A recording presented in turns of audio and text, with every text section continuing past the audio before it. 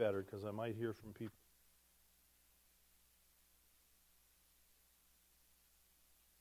Right. If you're ready, I'm ready. It's Tuesday night. That means it's time for Second Look, our deep dive Bible study. And tonight we're in Acts 17 because we're keying off of Sunday's message in the same chapter. Sunday, we just looked at one phrase from Paul's work on the Acropolis in Athens, his message there, his speech. And we're going to broaden it a little bit tonight. But I've got a feeling we won't finish, and I've got a feeling it'll go maybe to 3 Tuesday nights. Because here's the thing, Acts 17 is my favorite spot. I love it.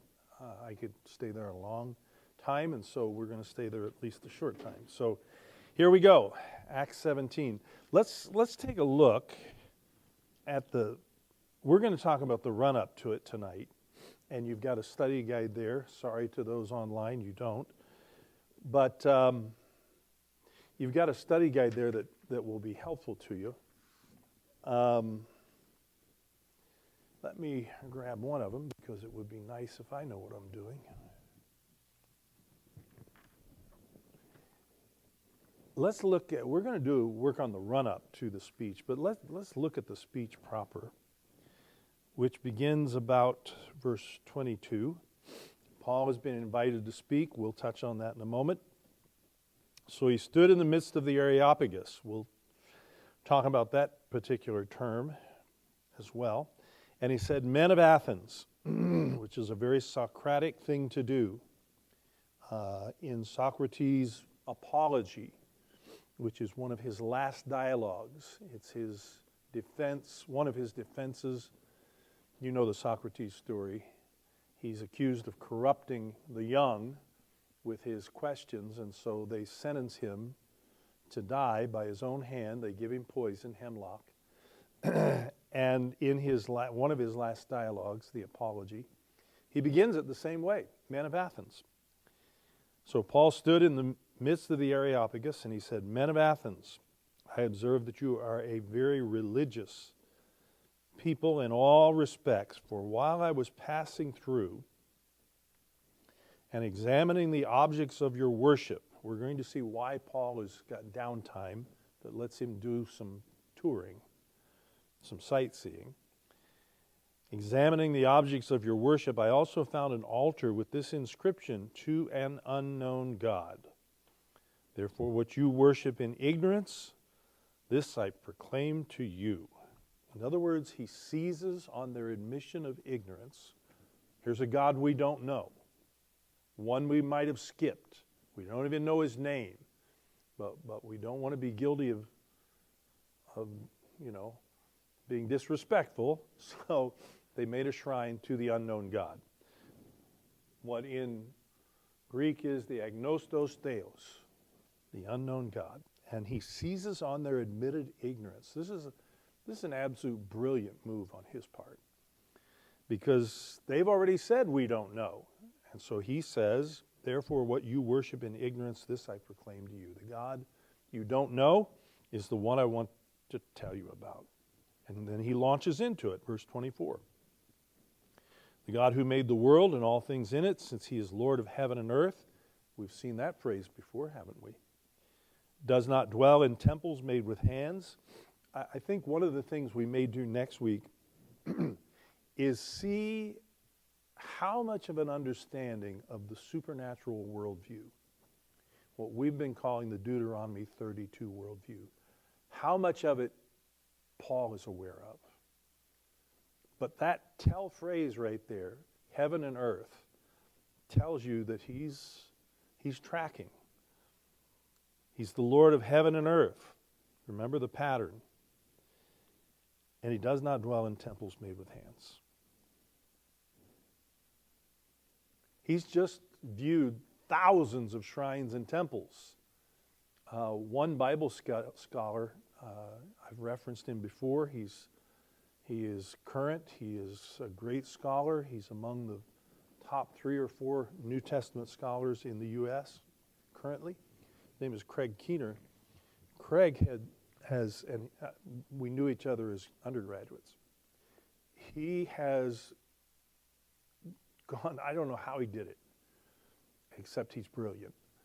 But he tracked down the best he could all references to shrines, temples, altars that were in Athens at this time. And he catalogs many of them. It takes several pages for him to do this. It's thousands. There were thousands. Paul would have come in very likely at the seaport that is near Athens, and walking in, getting out of the boat, he would have had hundreds of idols in front of him. And as he made his way to the city proper, there was a long corridor of walls, wall and a highway in between. And it went right into the city from the seaport. That was to keep out any bad guys. They had built that during the Peloponnesian War to keep the Spartans out. And that track would have taken him to the heart of the city, where he would have seen hundreds and hundreds and hundreds and thousands more. So a lot. He does not dwell in any of those places. This would have been quite a revelation to them. Nor is he served by human hands. Why had they endowed and built and constructed all of these temples and shrines? To serve these gods.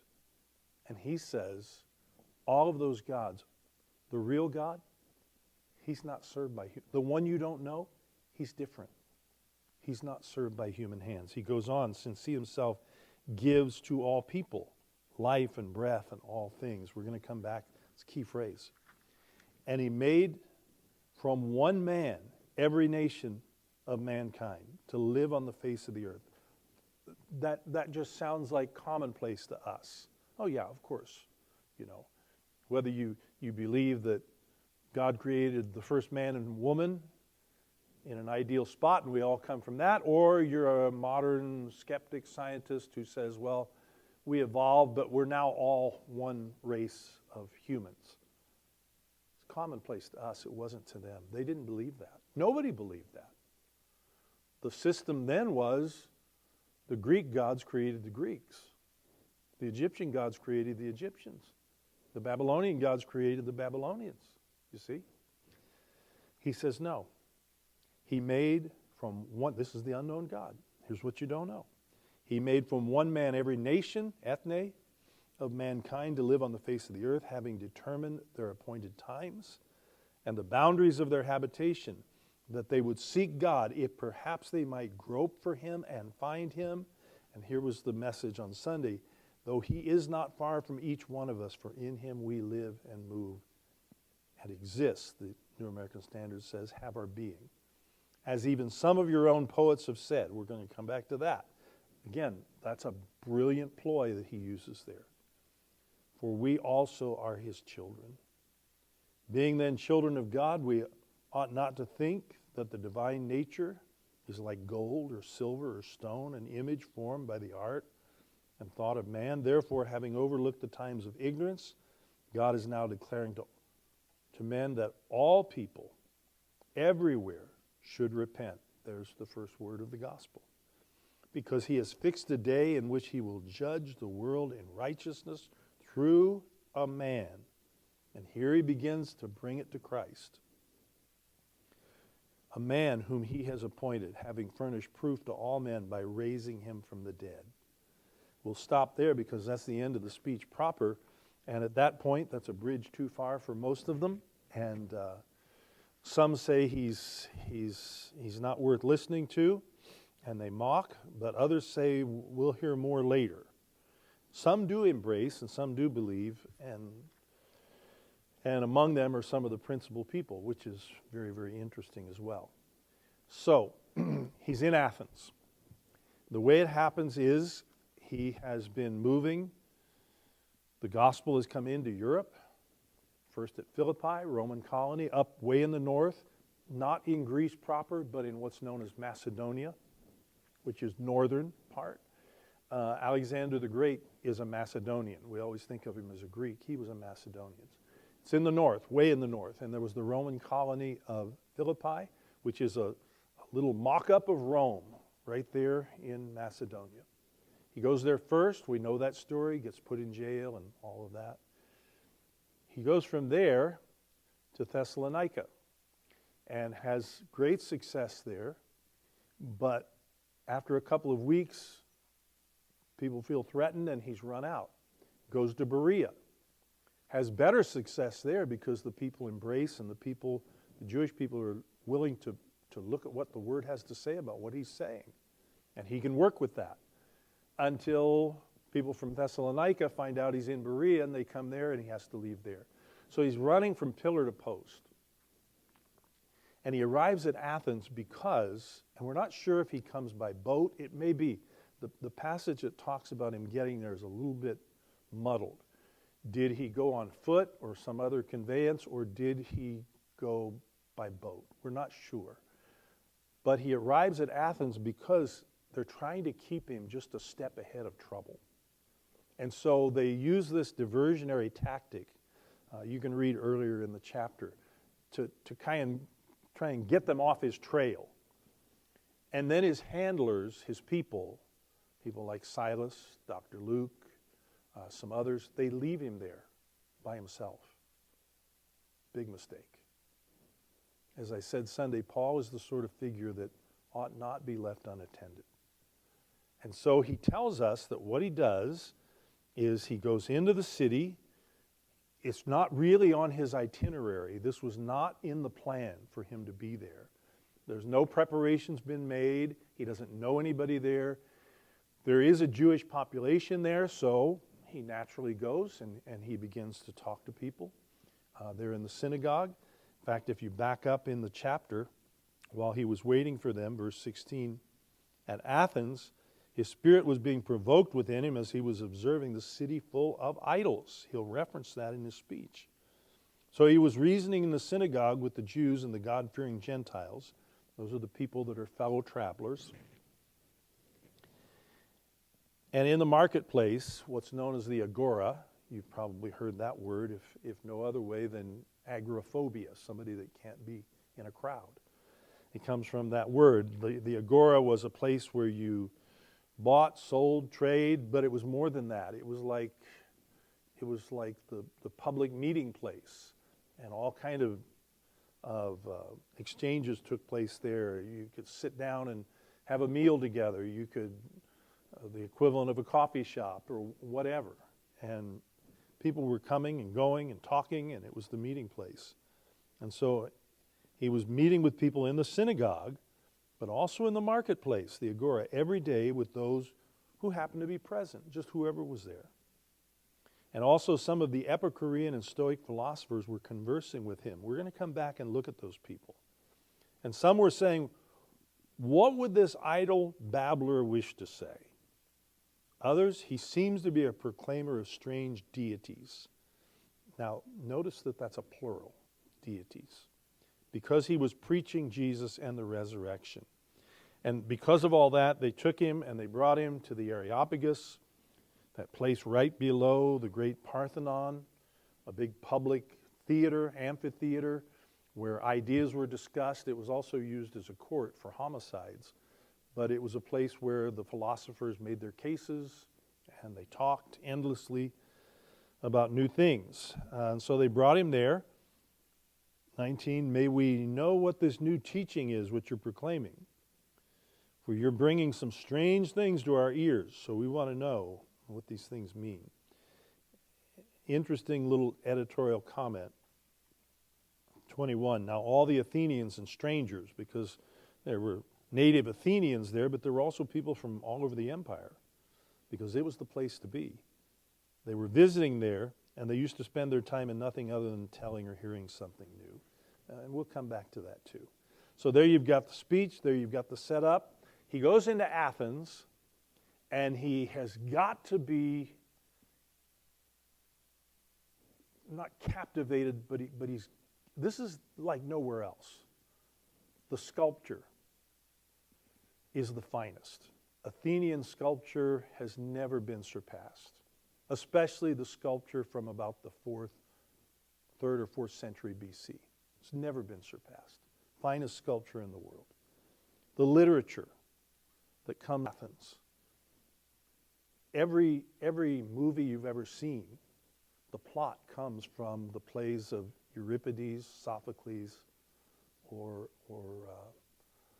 but it comes from all the Greek plays. They set the template for how we tell stories, and we don't vary from that.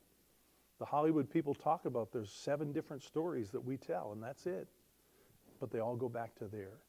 The Iliad, the Odyssey, poetry, drama. It all has its beginning in this place. It's the pinnacle of oratory and rhetoric. But most importantly, it's the home of philosophy. Philosophy is born in Athens. Philosophia, the love of wisdom, is born in this place. This is the home. This is the home of all the principal philosophers. Again, the philosophy that they laid down, everything else has been a variation on a theme. From Socrates, he taught Plato. Plato teaches Aristotle. But there are others, and we're going to look at a couple of others as well. So it is also, plus, it is the cradle of democracy. And even at this time, Athens its glory years are past. It is politically not a player anymore. It's part of the Roman Empire.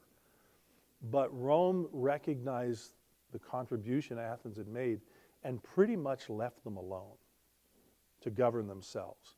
But it is the seat of democracy, the rule by the many. It starts here.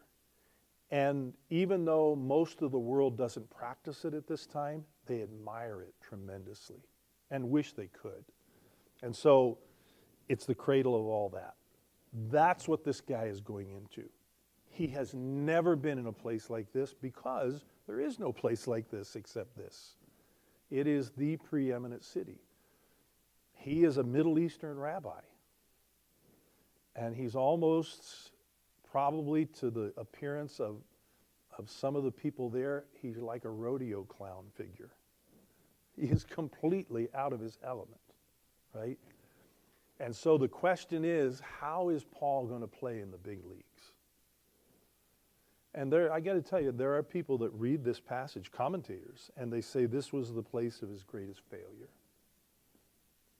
I don't think that's true. And being just the opposite. But Paul's impression was appreciation, but also indignation. Take a look in 17, verse 16. Now, while Paul was waiting for them in Athens, his spirit was being provoked within him as he was observing the city full of idols. To this one God guy whose people had been that way for centuries and centuries and centuries, all the way back to Father Abraham, to be surrounded by all these gods had to be repugnant, absolutely repulsive. To try and get a feel for it, imagine a dyed-in-the-wool Muslim scholar, coming into a place that's just in the middle of India where there are millions of gods and the images are everywhere. They would be absolutely repulsed. So it's that on steroids. So he does appreciate the sculpture and the literature. We're going to see he really is an appreciator of their literature. And all the rest, but he's also really grossed out by it. There's indignation as well.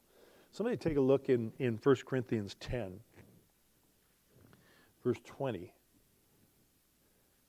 Because we shouldn't be surprised at his reaction, his appreciation for all the artistic endeavors and everything is not the first feeling that he has about Athens.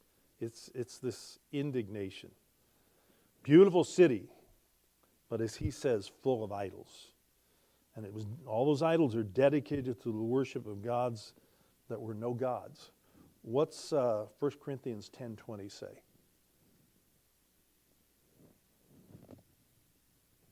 No, but I say that things which the Gentiles sacrifice, they sacrifice to demons and not to God. And I do not want you to become partners with demons.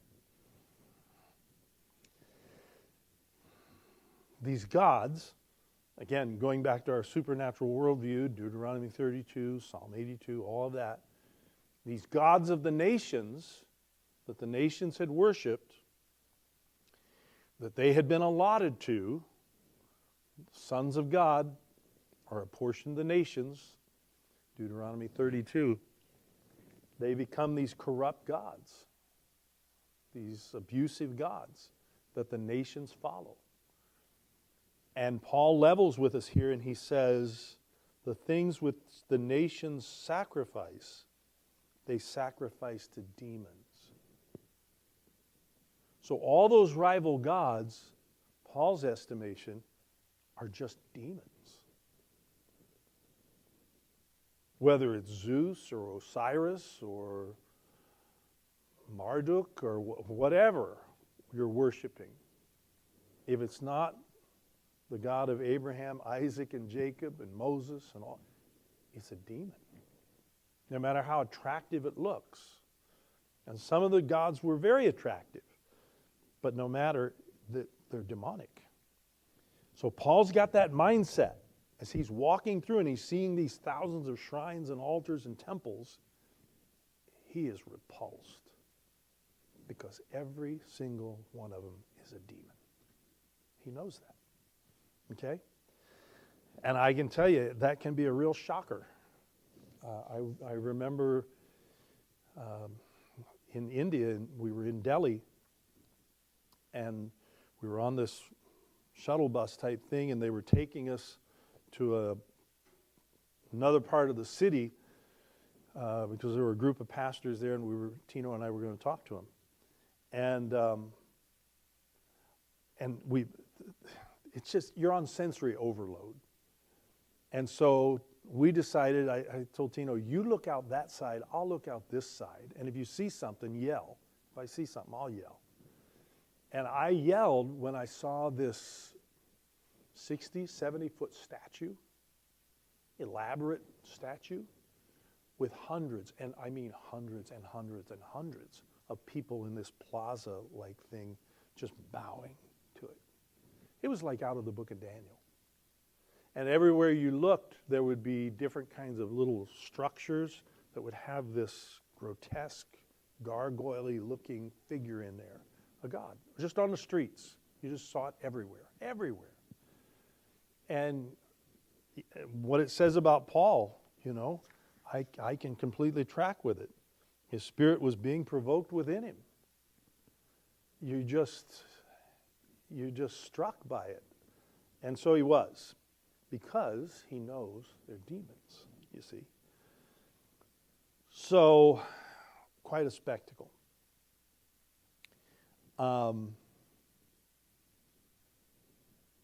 Take a look in 1 Corinthians 1, verse 21, because he recognizes he's in the city that has given birth to philosophy, the love of wisdom.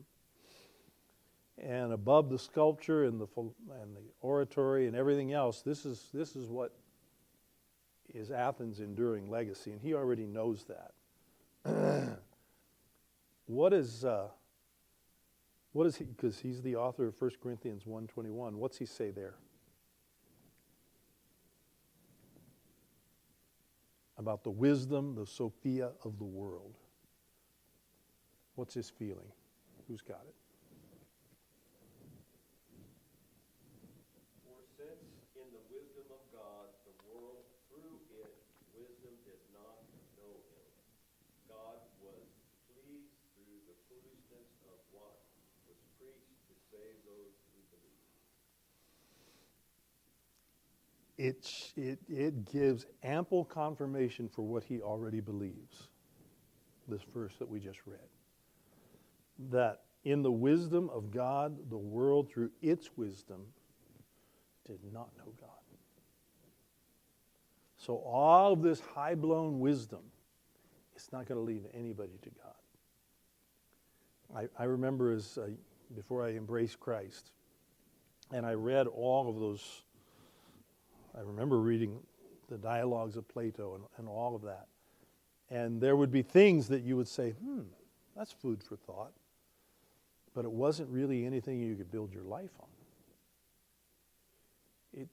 It lacks something. Well, the something is there's no God involved, you see. It's all human, no matter how brilliant it is. So he's in the agora, the center of Athenian life, all kind of activity. And day by day, he's reasoning with whoever happens to be there, whoever he happens to find, whoever will listen to him. And in Ephesus, he had been in the school of Tyrannus, in the city of Socrates. It's the marketplace. And so that's where he finds himself. Let's take a look, because in verse 18, it references these characters. And also some of the Epicurean and Stoic philosophers were conversing with him. And some were saying, what would this idle babbler wish to say? So there's a little note of mockery there. But let's talk about these two groups. The Stoics were started by a Cypriot, a guy from the island of Cyprus, which is Greece. Greece was not just one place. Greece was the whole eastern Mediterranean. Modern-day Turkey was Greece.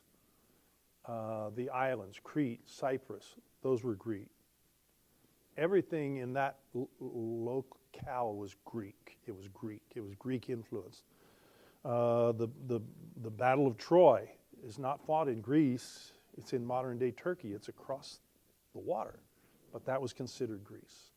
It's all Greek. There's a Cypriot. His name is Zeno. And I gave you his birth and death years, 340 to 265 BC. Remember, we're working backwards. And he is the founder of what comes to be known as the Stoics, who take their name from the school where he taught. It was called the Painted Stoa. A portico is a stoa. And apparently there was one that was painted. And that's where he taught. And so they became known as the Stoics. They're in Athens. Anyway, what Zeno seems to have conveyed and what becomes known as Stoicism, which has had a huge revival lately, probably the last 10 years. There are scores and scores of podcasts and books and all kind of things. Stoicism is being marketed to younger men right now. And it's a kind of by your bootstraps type philosophy, tough up. The world is a difficult place. Don't be a whiner. Don't be a wimp. It puts huge emphasis on your rational faculties. Figure things out. Be a problem solver. And that every human can do that. And the goal is self-sufficiency. You really don't need anybody else. Now, as far as their ideas about God, they didn't really believe in a personal God. They were what are known as pantheisms. They believed in what's called a world soul. So in that, they're kind of more like Hindus, that we're all part of a great big soul. We're somehow attached to a big soul. And their ideas of God are not personal and not very well defined because they're really not a theology, they're a philosophy. And the idea is that you use your rational faculties, you use your critical faculties, you reason your way to solutions, and the sense of duty is the way to happiness. Do what you know is right. So they're very moral that way. But there was also some spiritual pride involved with it, which is very foreign to the whole idea of Christianity. But on the good side, Stoicism helped to break down class distinctions. It believed all people were equal. Now in practice, they might do something differently, but that's what they said. But the basic idea is the way to happiness is don't be ruled by your emotions. So when we popularly think of a Stoic or being stoical, that's somebody who shows very little emotion. That's kind of an oversimplification, but that's kind of in the ballpark of what it was to be a Stoic. You guys talked about a great movie. There was a movie a few years ago called Invictus about a man in South Africa who endured incredible difficulty and challenges. And the thing, according to the story, that kept him sane and kept him going was a poem by that name, Invictus. Invictus is a 19th century poem. People used to memorize poems a lot. When I was in grade school, the old maid school teachers, we memorized poems all the time. And we memorized this one, Invictus, because it's kind of a bootstraps, do it yourself, trust yourself, don't show a lot of emotion, don't be a wimp and a whiner type thing. Here's part of it. Out of the night that covers me, black as the pit from pole to pole, I thank whatever gods may be for my unconquerable soul. Goes on to say, in the fell clutch of circumstance, I have not winced or cried aloud. Under the bludgeonings of chance, my head is bloody but unbowed. This is a very good example of what Stoicism is. Beyond this place of wrath and tears looms but the horror of the shade, and yet the menace of the years finds and shall find me unafraid. Last stanza for today. It matters not how strait the gate, how charged with punishments the scroll. I am the master of my fate, I am the captain of my soul. That's Stoicism, okay? And those are some of the people that approach Paul. People that think like that. That's their worldview. They come to Paul. And then there's the Epicureans. Oddly enough, Epicurus, founder of Epicureanism, is almost exactly the same age as Zeno. He crops up about the same time. He passes off the scene about the same time. It's an ethical theory, and I won't go into the weeds with it, but there was an earlier philosophy named Democritus, and he talked about, believe it or not, atomic physics. The idea of the atom is the smallest thing. And Epicureanism really launches from all of that. But the basic idea of it is that the chief end of life is pleasure. Where the Stoic says, don't show emotion, just tough it out, be self-sufficient, be the master of your fate, the captain of your soul. The Epicureans say, the best thing you can do in this life is try and maximize pleasure. Because that's the only thing that will make life worth living, is get as much pleasure as you can. Now they sometimes get a bad rap that they were like just out of control, that they weren't into orgies and all that sort of thing. But the idea was the best way to live a life of tranquility and peace is seek pleasure. Try and be as much as possible free from pain, from all kind of disturbing passions. Don't let your emotions get out of control. Don't be a superstitious person with fear. It didn't deny that there were gods, but it just maintained that those gods really had no interest in human beings. They were up there doing their thing and not really interested in what people were doing. They didn't influence people. So, you got the Stoics and you got the Epicureans. They represent opposite attempts of pre-Christian paganism to come to terms with life. And they were probably the most influential philosophies in Athens at this point. And in fact, they continue to be very influential for down to our day. How many people in one way or another, express the idea that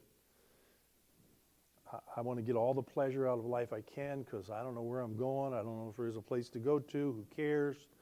So just maximize the enjoyment,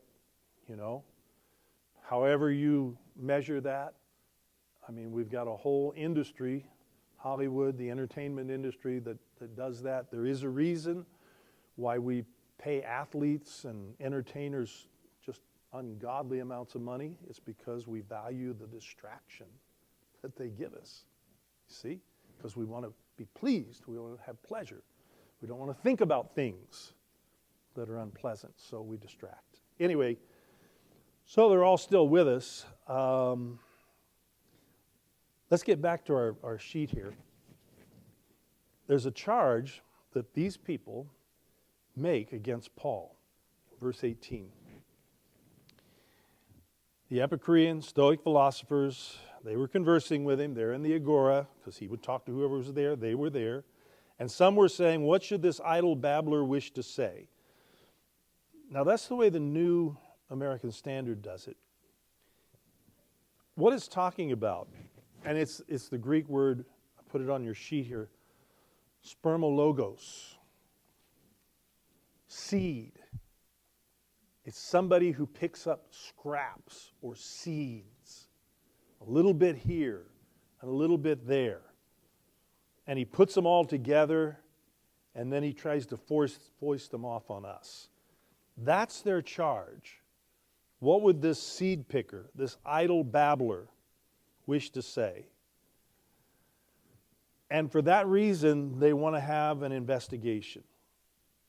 Now, not only do they accuse him of being a seed picker, this assembler of scraps here and there, you've got a little bit of this, and you've got a little Jewish stuff, and you've got some Old Testament stuff, and you've got some, sounds like Gnostic stuff, and you put it all together. Not only do they accuse him of that, but look what else they accuse him of, or they're mystified by. Others, he seems to be a proclaimer of strange deities, plural, because he was preaching Jesus and the resurrection. It seems that they had the idea that he's bringing these strange gods in here that we've never heard of. One of them is named Jesus, and one of them is named Anastasis. You've heard the Russian name Anastasia. She was the mystery princess that, the whole thing died out. There was always these conspiracy theories that she was somewhere in Detroit or someplace, she had been killed during the Russian Revolution, but all those stories die out because she'd be about 130 by now. So the stories finally went away. But that's her name. Anastasis means resurrection. They have the idea that Paul is presenting two new gods, Jesus and this other god named Resurrection, Anastasis. So for that reason, they want to hear what he's got to say. And to them, it may be that these two words kind of denoted personified or deified powers having to do with healing and restoration. Jesus is a healer. They've listened to Paul talk about Jesus. Okay, he's a healer. And then they've listened to him talk about resurrection. Well, that's restoration. So we've got two gods here in their mind. And why would they think that way? Because the city is full of idols. That's just the way they think. So, that's why we get this speech. Now, it may be, back in Acts 13, beginning about verse 16, Paul makes a defense in Pisidian Antioch. Remember, there are two Antiochs. One is in Syria, where they're first called Christians. But there was another one closer to Paul's native home in Pisidia, also called Antioch. And in Pisidian Antioch, one of the cities that Paul had visited early on, and they had established a Jesus community there, he comes back at one point, Acts 13, and he begins to explain things to them. But these people are all Jews. And so what does he do? And I'll leave you to read 13, 16 verses following. He uses the Bible to argue Jesus. Why would he do that? They love the Bible. They love the Old Testament. That's their book. That's authoritative. He does not do that here in Athens. Why? Opposite reason. Bible doesn't mean anything to them. These people are not interested. They have better books. They have better libraries. They have better authors. They're the seed of learning. What's this seed picker going to tell us if he mentions the Old Testament? It's not going to mean anything to them. But Paul does something very ingenious. As you read through his speech and listen to it, while he does not quote the Old Testament, everything he says is biblical. And we're going to look at that in a minute. So you can kind of contrast what he's doing here to these pagans with what he does in Acts 13 with these people that have an Old Testament background. It's very different. Take a look in verse 17, or chapter 17, verse 21.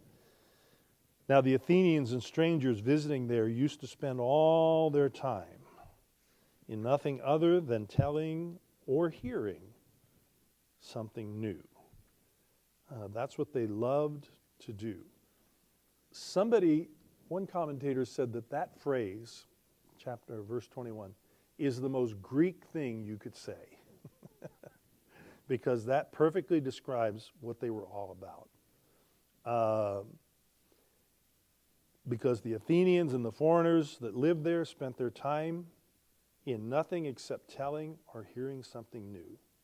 And the Athenians themselves admitted this. They knew this about themselves. There was a great orator, I said it was the seat of oratory, named Demosthenes. He was famous as an orator, but he was born with some kind of a speech impediment. And so to become a better public speaker, he would go down and he would recite speeches to the waves, and then he would pick up pebbles and put them in his mouth. So he had to talk around them, and that cured him of his speech impediment. He became a great orator.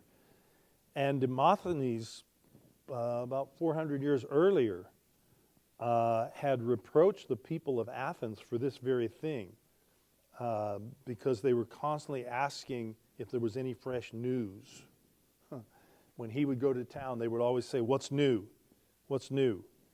And he scolded them because he said, You're not interested in deeds, you're too interested in words. There's another time he talks about in one of his speeches called the Philippics. He says, "You are the best people at being deceived by something new that is said." So the Athenians kind of knew this about themselves, and it was a stereotype that was absolutely true. Let's take a look at the speech itself. Again, this speech he talks about, and the centerpiece is the agnostos theos, the unknown God. The God you don't know is the God that I'm here to talk to you all about. So, the unknown God, as we kind of break it down, he hits on two themes. One is the truth about God, the other is the truth about humans. Now, in the truth about God, he deals with what you could think of as the doctrine of God. A doctrine is just a systematic arrangement of biblical truths, okay? It's the way we do theology, is we arrange them. Paul does the same thing, but he does it without referencing the Bible proper. So it's kind of fascinating how he does it. And he breaks it down this way. Without quoting, he will reference the revealed mind of God and the Word of God. He does it kind of in three steps. He says first, God, he tells these people, this God you don't know is the one who has created the universe and everything it contains. Now you remember from high school mythology, the Greeks, different gods created different things. Poseidon, the water, the oceans, and so on. Fire, created by Hephaestus, later called Vulcan. Different gods created different elements, and they were in charge of those different elements. You had a pantheon of gods, and you needed them because each one of them was in charge of a different thing. You had the god of the underworld, and so on, so on. And he flies right at that by saying the unknown God is the creator of the universe and everything it contains. See how he says it? The God who made the world and all things in it. Everything is from God. And that idea is very, very different. Very different. Originally, these people are polytheistic pagans. They believe in many, many gods. Again, that's part of the Deuteronomy 32 worldview. It's kind of interesting. There are comments in some of Plato's dialogues that read like something that we've looked at in the Old Testament about how the different gods were allotted to the nations. So it was a universal idea that you had these many, many gods. You had this pantheon of gods. And when he comes at them and says, no, this is very different.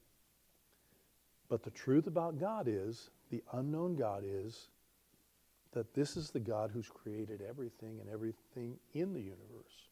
Second thing, he says God does not inhabit shrines.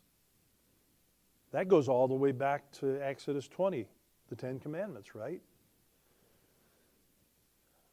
And no need for shrines, no need for idols. Because God doesn't inhabit those things. He doesn't inhabit shrines. He is not made by hands. In other words, God is transcendent. He's above it all. He's not in it. He's above it. That's what you don't know about this God, that you don't know. And number 3, we don't supply God's needs, nor is he served by human hands, verse 25, as though he needed anything. He doesn't need anything. You can't give him anything he doesn't have. Now that has got huge implications. We don't supply God's needs. Paul says God supplies our needs. This unknown God, I mean, he's setting their worldview on fire here. 26, and he made from one man every nation of mankind to live on all the face of the earth, having determined their appointed times and the boundaries of their habitation. God doesn't need anything you could supply. God supplies our needs.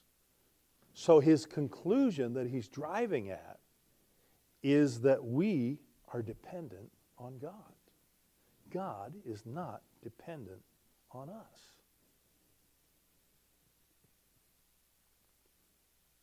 And the implication is strong. And it undercuts all of those thousands of shrines and temples and altars. Because what did you do at those places? You appeased the God. You had to do something, a sacrifice, a vow, a something to keep that God satisfied. And Paul is saying, no. There's a God you don't know about, and he doesn't operate on those principles. Again, we're back to the performance thing. All of those gods were all about human performance, and he says that's not it. As though he needed anything. I mean, huge cults had grown up around the whole idea of appeasing the gods, right? I mean, you had endowments and priests and continual sacrifices and just all sorts of things. You had to cater to and curry their favor, and it was an industry.